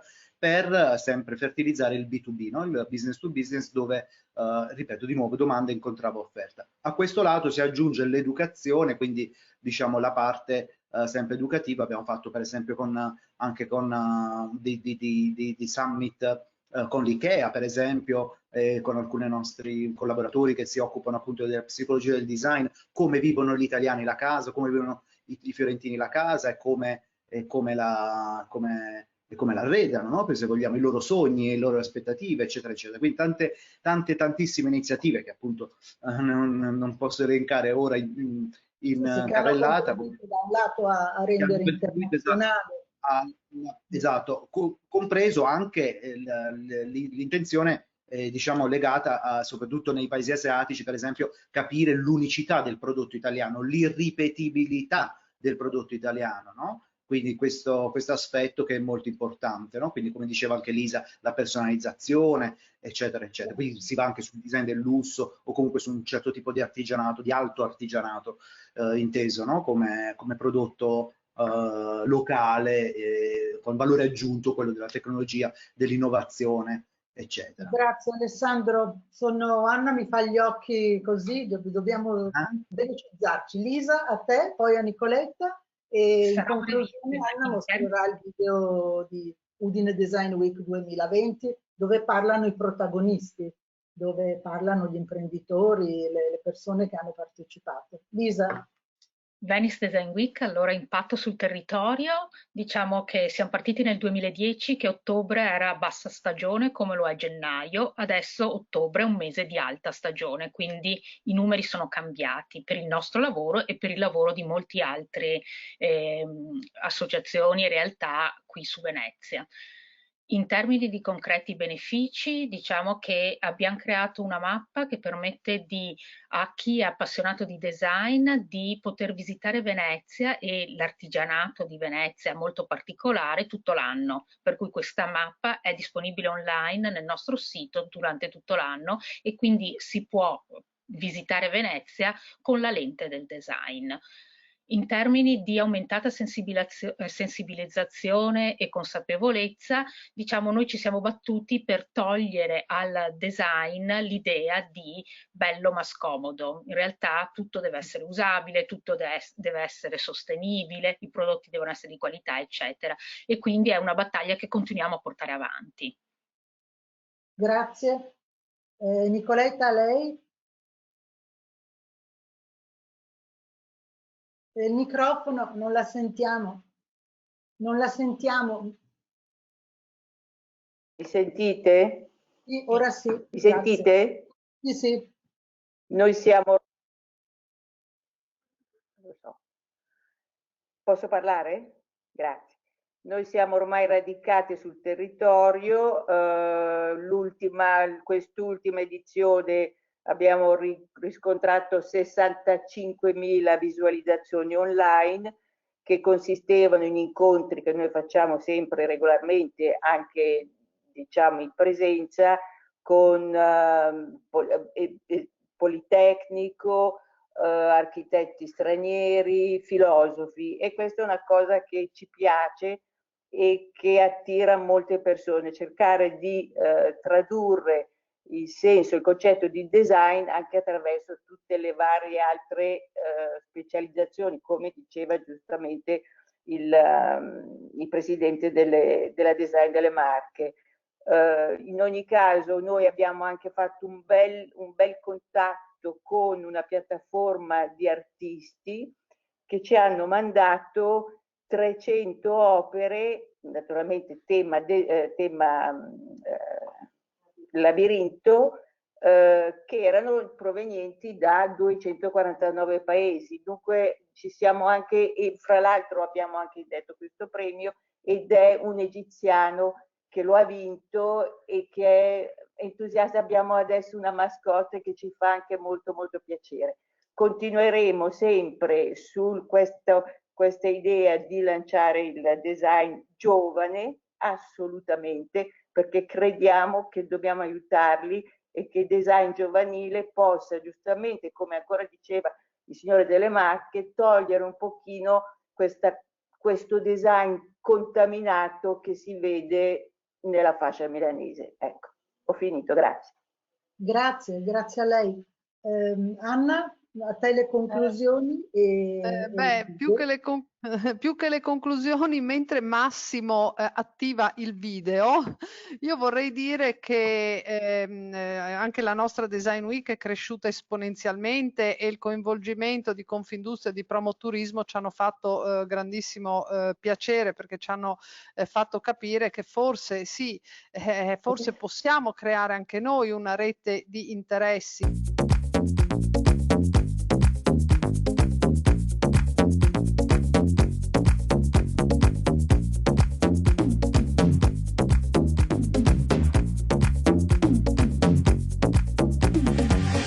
Cosa ne pensa di questa edizione di Udine Design Week? Abbiamo lavorato moltissimo sulla collaborazione fra imprese, negozi e professionisti del design. I designer e gli architetti, per lo più giovani, si recavano presso le aziende per cercare di trovare spunti con i materiali utilizzati dalle imprese nelle loro produzioni. Il progetto ha preso vita all'interno delle vetrine dei negozi durante il Window Shopping Contest. La collaborazione è stata un interscambio di idee, una condivisione di competenze, il che ha trovato appeal nelle aziende che generalmente sono distanti dal mondo del design, e questo è stata una positiva sorpresa per noi. La reputo un'iniziativa veramente molto bella, perché dà la possibilità di fondere diverse realtà anche abbastanza distanti tra di loro, creare movimento, vita nella nostra città. È stato molto emozionante collaborare con un architetto, trovare nuove idee, nuovi spunti. Passeggiando per la fabbrica ha lasciato un bellissimo segno sia a me come persona che all'interno dell'azienda. Quando mi è stato proposto di esporre delle seghe particolari di altissimo livello con il diamante, c'è stato un primo impatto, un attimo di blocco, e poi nel momento che ho aperto la scatola ho visto degli ingranaggi, mi sembravano degli ingranaggi di orologi, vedevo la precisione con cui erano state fatte.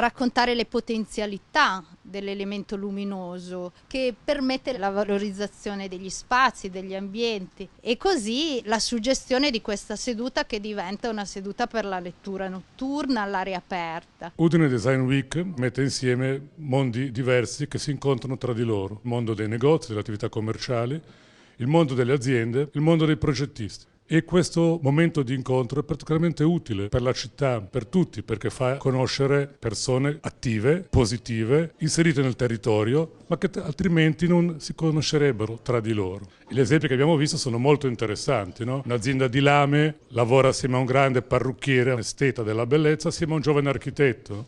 Qui, ad esempio, un'azienda di arredi internazionalmente nota come Moroso lavora assieme a Giorgia Brusemini, giovane designer milanese specializzata nella luce, assieme a un albergo e a una struttura di grande ricettività che unisce a sua volta il vecchio e il nuovo.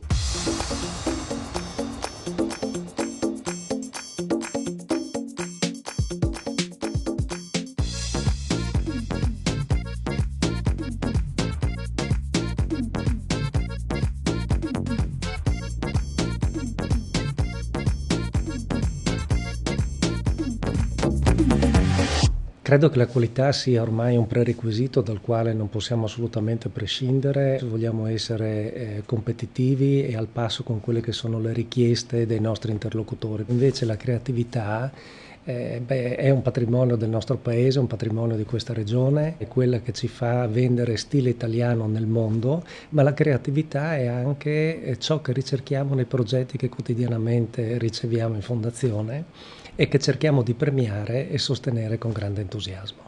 Tutti voi avrete sentito parlare di Vaia, questa grande tempesta che ha distrutto le foreste del nord-est, e con questo abbiamo costruito questo gioco di Matteo Ragni.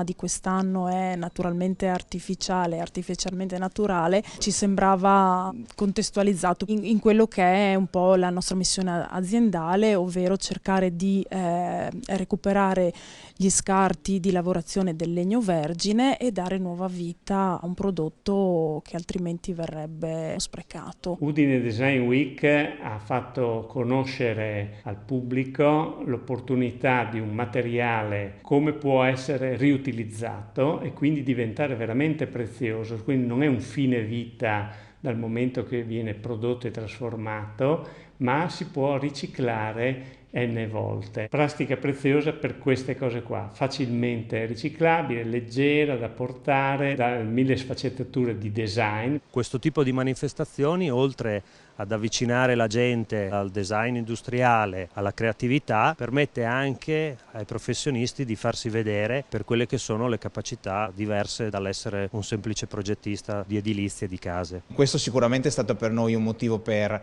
esporre le qualità della nostra azienda all'interno del contesto cittadino di Udine, e anche e soprattutto una sfida che ha portato sicuramente nuovi stimoli all'azienda. Per me è stato estremamente formativo, perché io ho imparato ad usare questo materiale qua, che abbiamo usato in un modo anche opposto a quello che viene usato normalmente. Il tondino tu lo vedi immerso nel cemento e sparisce dalle costruzioni, mentre qui è il protagonista della costruzione e diventa lui stesso una costruzione. Udine Design Week, che offre la possibilità a tante aziende locali di avere una visibilità, una ottima occasione di sostegno del territorio. Far conoscere il design non solo agli addetti ai lavori, ma anche al cittadino, a chi comunque anche inconsapevolmente lo subisce, lo studio dei materiali, lo studio dei colori, della luce, tutto questo e molto di più è design.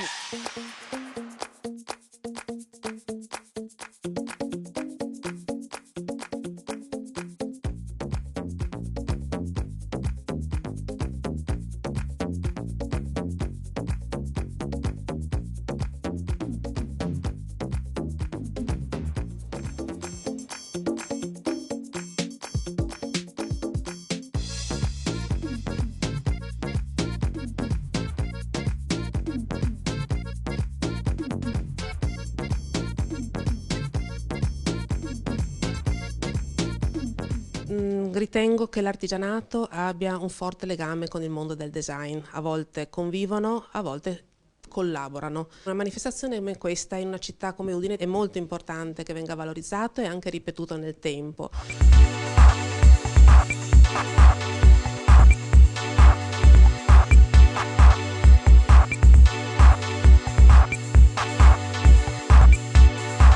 Udine Design Week 2020 è stata un'edizione memorabile. L'ultima manifestazione in presenza prima del lockdown, schierata a favore delle attività produttive, commerciali e creative di Udine. Il tema, naturalmente artificiale, artificialmente naturale, indagava sul rapporto tra uomo, natura e tecnologia e credo, spero, abbia aperto una finestra sulla necessità di scelte sostenibili a favore dell'economia circolare.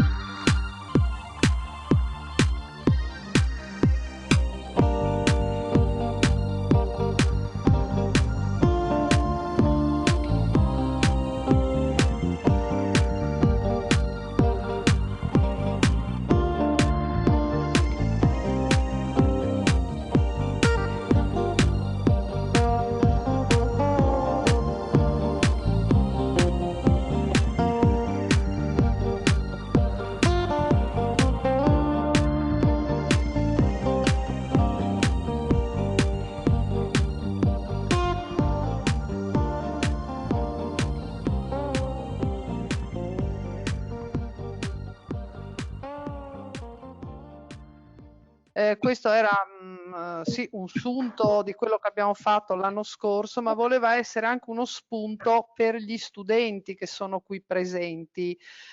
Quindi Patrizia, non so se vuoi dire ancora qualcosa a conclusione, e poi passerei la parola alla professoressa che espone agli studenti il suo progetto.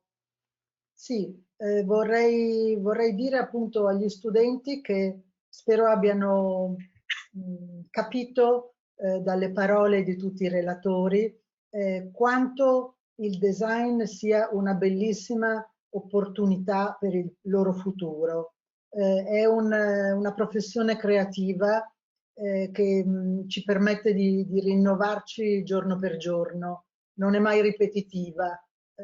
Tutti noi, tutte le persone che hanno parlato hanno dimostrato passione nel occuparsi di questa disciplina e quindi io credo che gli studenti possano averne ricevuto degli stimoli positivi.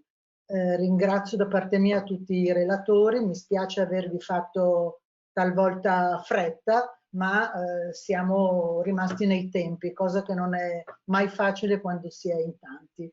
Quindi grazie a tutti, grazie a Anna e diciamo introduci tu a te le conclusioni ovviamente visto che sei l'ospite. Grazie a tutti. Oh, grazie a te Patrizia che hai condotto così bene questa tavolata. Milena, allora, ciceroni del design. Allora, intanto volevo ringraziare te, Anna, perché hai dato una grandissima opportunità che io ho voluto cogliere quando l'hai proposta, perché in questo momento di grande difficoltà in cui sappiamo tutti in cui si trova la scuola, insomma in modo particolare i ragazzi stanno soffrendo moltissimo in questo momento, in particolar modo la fascia di età, questa che è quella delle superiori, i ragazzi dai 14 ai 19 anni. E quando Anna mi ha fatto questa proposta io ho visto una luce in fondo al tunnel, ho visto una possibilità di coinvolgere i ragazzi in qualcosa che li porti fuori e che porti qualcosa dentro la scuola. Io sto lavorando tanto quest'anno a scuola sul concetto della scuola porosa, con tutte le attività che cerco di fare. Quest'anno ne ho fatte davvero tante, proprio per dare un po' una motivazione a me, perché sennò diventa molto difficile andare avanti in questo momento particolare, ma soprattutto a loro e coinvolgerli in qualcosa di reale, perché loro adesso vivono in un mondo davvero molto ovattato e molto chiuso. Quindi ringrazio anche tutti voi perché avete coinvolto i ragazzi in questa narrazione e penso che abbiano gradito. Allora diciamo che è nato come i ciceroni del design, cioè l'idea era quella di portare i ragazzi a fare delle visite, un po' quello che facciamo già con il FAI, no? I ciceroni, scoprire le bellezze della città, e voleva essere portare i ragazzi all'interno delle vetrine, metterli al contatto con quella che è appunto questa progettazione, fargli conoscere gli architetti, i designer. Ahimè, questa situazione purtroppo da ottobre si è ribaltata più e più volte e quindi abbiamo dovuto ripensare un pochino a questa iniziativa. Pertanto l'idea, che sembra un po' più fattibile e percorribile in questo momento, è quella di far comunque narrare, cioè mettere in contatto i miei ragazzi con i designer, con gli architetti, attraverso anche una serie di interviste che potranno loro fare per cercare di capire che cos'è questo concetto semplicità complesse e poi magari darne anche una loro interpretazione. Vedremo se riusciremo a fare magari dei lavori multimediali, ma io non vorrei lasciarli troppo davanti al computer. La mia idea era quella di farli uscire, ma ahimè, tu dici viva la tecnologia, io invece in questo momento dico che la odio la tecnologia. Io vorrei la vita normale, vorrei i contatti, vorrei non avere, perché chiaramente passando tutta la giornata qua davanti ci aiuta sicuramente, però i ragazzi hanno bisogno di contatti, hanno bisogno di riprendere la loro vita, hanno bisogno di uscire e forse il contatto con questi giovani designer, che fra l'altro ho scoperto essere alcuni copernicani, può essere ancora di più una ragione, no? per fare qualcosa di diverso. Quindi l'idea è questa, coinvolgerli in una sorta di interviste, direi, che poi potrebbero essere anche rese disponibili per tutta la scuola, perché noi abbiamo aperto da un mesetto e mezzo un canale Copcast, un podcast, per cui potrebbe essere l'idea anche di fargli proprio fare delle interviste online, visualizzando questi progetti e riuscendo a capire come nasce un progetto, no? Cosa c'è dietro, cosa si muove, qual è l'emozione che muove tutto. Questo per dirlo brevemente. Poi invito i ragazzi interessati eventualmente a contattarmi via mail e vedremo un attimo, vi spiego più nel dettaglio, perché adesso non mi sembra il caso di entrare nel merito, no? Visto il tempo tiranno. Grazie comunque davvero a tutti per l'opportunità. Grazie a te, e io vorrei chiudere, abbiamo ancora 2 minuti. Scusa Anna Maria, volevo sapere il nome della professoressa, come si chiama? Milena De Fontis, professoressa di disegno e storia dell'arte. Ecco, volevo approfittare del fatto che anche noi stiamo costruendo un broadcast, ecco, quindi eventualmente potremmo anche creare un ponte con i nostri studenti.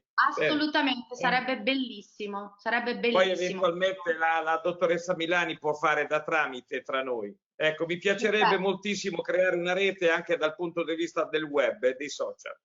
Bellissimo. Scusa Lombardi. Sì, no, Lombardi, non Milani. Vabbè che mi chiamo Lombardi e quindi Milano ci sta. Scusa Lombardi. No, ma tranquillo, Lombardi. figurati. No, volevo questo minuto per chiedere a Massimo Cum di condividere il sito www Italian Design Weeks, nato stanotte. Ce la farai, Massimo? Con tutti questi quadratini non neanche ti vedo, guarda. Eccolo! Ci vuole un battimani qua. Clap, clap, clap, clap. Che bello! Questo è il nostro nuovo sito. Complimenti. Ecco, vai giù, fai vedere Massimo tutte le Design Week presenti. Scendi, Non so se qualcuno grazie. vuole pubblicare. Sì, pubblicare, se qualcuno vuole parlarne sopra. Palmarosa, forse tu che l'hai fatto? È stupendo, come anche il video, è molto qualificato, complimenti. No, posso soltanto dire che quello che abbiamo cercato di fare, lavorando tutti insieme, io sono solo quella che materialmente l'ha fatto, ma i contenuti li hanno prodotti tutti, era quello di raccontare le nostre realtà e di raccontarle in rete, ma anche di far comprendere a tutti quali fossero le nostre finalità, i nostri obiettivi, e quindi anche di invitare altre associazioni, altri organismi che operano su territori che magari in questo momento non sono ancora coinvolti, ad unirsi, perché la nostra idea è quella naturalmente di essere assolutamente aperti anche a nuove esperienze. Quindi qui troviamo rappresentate tutte le Design Week in rete, troverete anche informazioni sui nostri progetti, perché abbiamo dei progetti comuni su cui stiamo lavorando. Il sito viene animato anche da alcuni approfondimenti tematici, perché naturalmente ciascuno di noi, in base alla propria esperienza, parla di tanti temi diversi, e quindi c'è una parte di blog che viene costantemente aggiornata, e poi in più tutte le news che consentono naturalmente, c'è per esempio in fondo alle news anche l'evento di oggi, di sapere sempre le cose che accadono e magari di avere anche delle informazioni di prima mano su cose di particolare interesse per chi è appassionato. Insomma. Posso dire solo un'ultima cosa tecnica, naturalmente il sito è stato costruito su un CMS, è un CMS che consentirà anche di gestire bene le traduzioni, e quindi è pensato perché chiunque della rete possa poi aggiornare dei contenuti, aggiungerne, quindi anche questo ci sembrava un modo per stare sempre dentro il concetto del design for all, e quindi la possibilità anche in questo di poter collaborare. Naturalmente è un sito responsive, c'è la possibilità di vederlo su qualunque device e di vederlo nella maniera opportuna, e questo è quanto. È un sito aperto, accoglie i contributi di tutti, e quindi chiunque voglia inviarci anche dei contributi sul piano dei contenuti saranno sempre ben accolti.